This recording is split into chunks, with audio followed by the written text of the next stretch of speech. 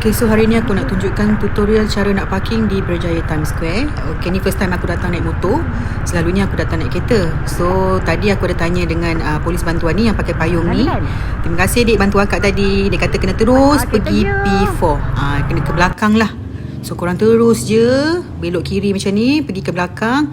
Akan jumpa satu entrance untuk kereta dan juga motor.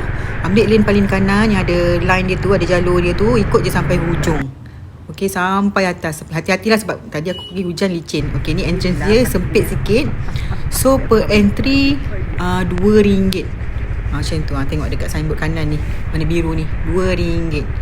Okey.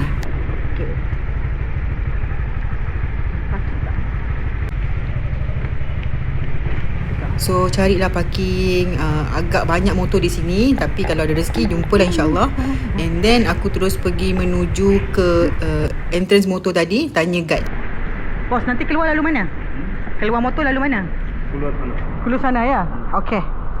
Masuk lalu? Situ? Tangga ni? Okey. Thank you.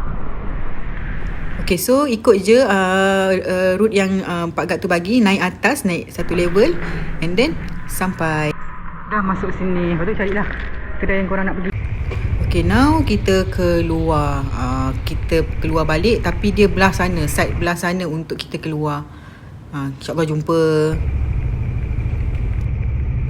Okay, sebelum keluar bayar dulu. Tap je guna kad tadi yang korang masuk. Kau guna masa time masuk tadi.